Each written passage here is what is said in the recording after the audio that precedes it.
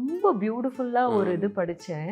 உங்க குழந்தைகிட்ட வந்து நீங்க அதாவது ஒரு 5, 6 வயசுலருந்தே நீங்க குழந்தைகிட்ட ஒரு கேள்விய கேளுங்க.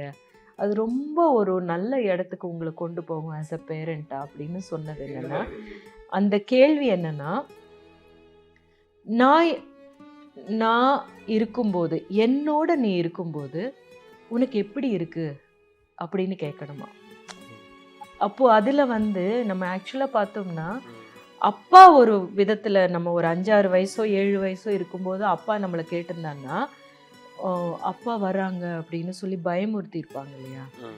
எனக்கெல்லாம் வந்து அந்த செருப்பு சத்தம் கேட்டாலே நான் வந்து ஒரு மாதிரி ஆயிடுவேன். புக் எடுத்துட்டு தலைகீழா உட்கார்ந்து படிச்சுட்டு இருப்பேன்.